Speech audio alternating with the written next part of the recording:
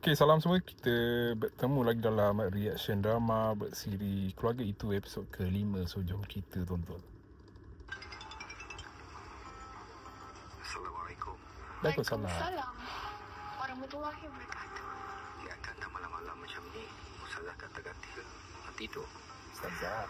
Memanglah nak tidur dah pun. Tapi tidur pakai tutup. Habis tu, Cik Iman telefon takkanlah saya tak pakai tutup. Kalau tak pakai tak apa kan. Lagipun saya seorang je nak tengok. Tak boleh lah. Kan kita bukan muhrim.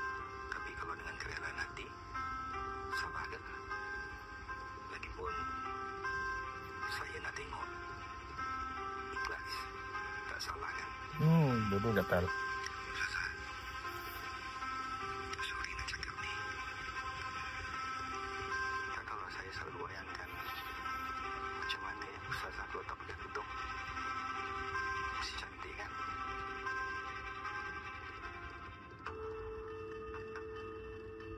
Siapa tu?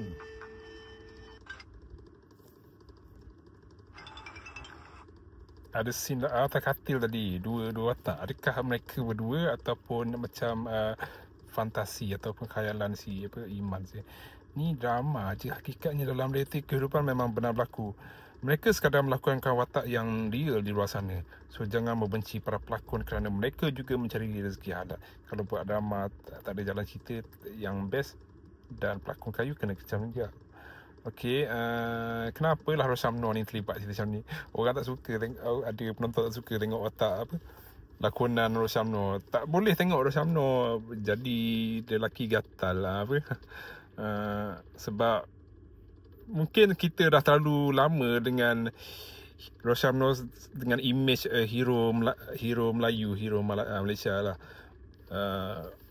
Watak white character je. Dia tak pernah bukan tak pernah langsung, adalah dalam filem lakonan Badr Haji Azmi, adalah black character. Dia pernah berlakon filem gangster. Dia berlakon tiga watak berbeza, tiga watak berbeza, tiga karakter. Maksudnya ada baik ada jahat, ada gangster. Dia berlakon watak-watak macam tu. Ada filem gangster pun watak dia pun bukan watak jahat juga sebenarnya. Tapi drama ni lain sikit. Dia watak yang lebih kepada bapa yang keji. Lepas tu ketua keluarga yang mana dia ni tokoh lah di luar sana, tapi di sebaliknya dia menggatal dengan ustazah kot dalam watak tadi. Jadi orang tak boleh tengok, penonton tak boleh tengok kan. Buat kita tak suka dengan dia pula dah.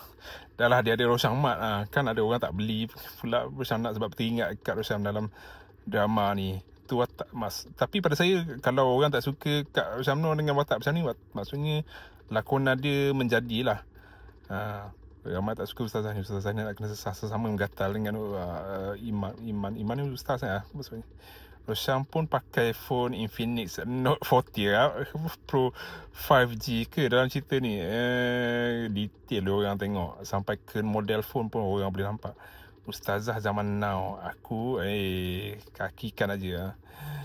Saya tak tahulah drama ni ada rujukan daripada watak sebenar ke ataupun rekaan penulis dia siapa Mak Fatimah lah. Tapi adalah komen kata ada dia menunjukkan realiti. Itulah, korang komen lah macam mana reaksi korang pada adegan ni. Jumpa lagi.